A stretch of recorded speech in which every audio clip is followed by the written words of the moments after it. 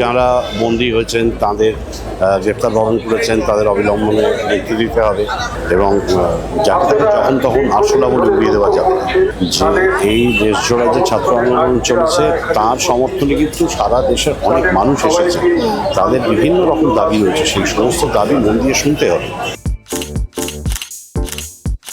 ভাই ভাই এটা মডেল না খাতা, আর কত ফটোগ্রাফি করবি? চুপ কর, সামনে মাধ্যমিক, নোট জোগাড় করে পড়তে হবে। কবে পড়বি ভাই? গ্যালারি তো নোটের লাইব্রেরি আর স্টোরেজে পিডিএফ এর ছড়াছড়ি।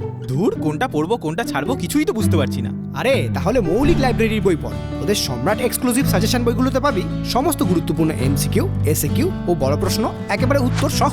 কমন পাবো তো? টপারদের জিজ্ঞেস কর। সম্রাট এক্সক্লুসিভ সাজেশন মাধ্যমিক, ভালো রেজাল্টের পাসওয়ার্ড। আপনার সঙ্গে আমার লাস্ট যখন কথা হয়েছিল তখনও ধর্মেন্দ্র প্রধান পদত্যাগ করেননি। এখন আপনারা যখন রাস্তায় নেমেছেন তখন ইতিমধ্যেই প্রাক্তন শিক্ষামন্ত্রী হয়ে গিয়েছেন, তিনি পদত্যাগ করেছেন। এই যে নাগরিকের কণ্ঠ এখনো কি তাহলে কোথাও গিয়ে মর্যাদা রাখে? অবশ্যই ছাত্র যুবদের যে আন্দোলন, সেই আন্দোলনের ফলেই এরকম একটা সিদ্ধান্ত নিতে বাধ্য হয়েছে কেন্দ্রীয় সরকার এবং সেটা অবশ্যই আমাদের কাছে একটা আশা জাগার কারণ। একাধিক শিক্ষা দুর্নীতি আমরা দেখেছি দেশ জুড়ে, রাজ্য জুড়ে। আপনারা আজকে এনটি এর মতো একটি বডি, সেই বডিকে বাতিলের দাবি তুলেছেন। কি কি দুর্নীতি মনে হচ্ছে, কি কি দাবি রয়েছে আপনাদের? দাবি তো খুব স্পষ্ট, সেটা হচ্ছে যে যারা বন্দী হয়েছেন তাদের গ্রেপ্তার বরণ করেছেন তাদের অবিলম্বনে মুক্তি দিতে হবে।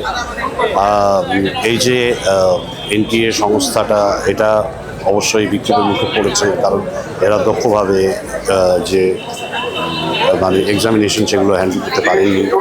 এবং সবথেকে বড় কথা যে এই দেশ জোড়ায় যে ছাত্র আন্দোলন চলছে তার সমর্থনে কিন্তু সারা দেশের অনেক মানুষ এসেছে, তাদের বিভিন্ন রকম দাবি রয়েছে, সেই সমস্ত দাবি মন দিয়ে শুনতে হবে এবং যাকে তাকে যখন তখন আরশোলা বলে উড়িয়ে দেওয়া যাবে।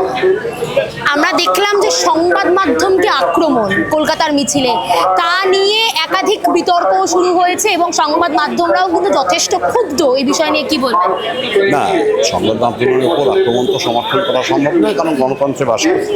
কিন্তু বিষয় হচ্ছে যে এই যে মানে বিভিন্নভাবে মানুষ উত্তপ্ত হয়ে যাচ্ছে সংবাদ মাধ্যমে বিভিন্ন খবর প্রচার, তাদেরও এটা দায়িত্ব নিয়ে ভাবতে হবে যে তারা যে সংবাদ দিচ্ছেন এবং যে সংবাদ দিচ্ছেন না, সেইটার মধ্যে থেকে তাদের শ্রেণী চরিত্র যে বেরিয়ে আসছে সেটাও ভাবতে হবে। আমি বলছি না যে যারা কাজ করেন, যারা ফিল্ড ওয়ার্ক করেন তাদের কথা, আমি বলছি যে তাদের পলিসির কথা। সেটা নিয়ে অবশ্যই আমরা খুব আশাবাদ ছবি পাচ্ছি। পাশাপাশি কিন্তু আমরা এও দেখছি যে বিভিন্ন সংবাদ মাধ্যম তাদের হাউস বন্ধ হয়ে যাচ্ছে, তা নিয়ে কিন্তু এখনো পর্যন্ত সেভাবে গলা চড়াতে কাউকে দেখা যাচ্ছে না। সম্প্রতি এরই মধ্যে ইন্ডিয়া টুডে গ্রুপ তারা 120 জনকে ছাঁটাই করে দিয়েছে তাদের কর্মীদেরকে। এইভাবে যে সংবাদ মাধ্যমেরও অনিশ্চয়তা, যারা কর্মী, সেটাও তো দিনের পর দিন বাড়ছে। সেটাই তো বলছি, সংবাদ মাধ্যম যখন তাদের মালিকদের কাছে বিভিন্নভাবে শোষিত হচ্ছেন বা বিভিন্নভাবে তারা বঞ্চনার শিকার হচ্ছেন, তাদের একযোগ হয়ে সংবাদ মাধ্যমের যে মানে মালিকানা, তাদের বিরুদ্ধে স্পষ্ট প্রতিবাদ উচ্চারণ করা উচিত।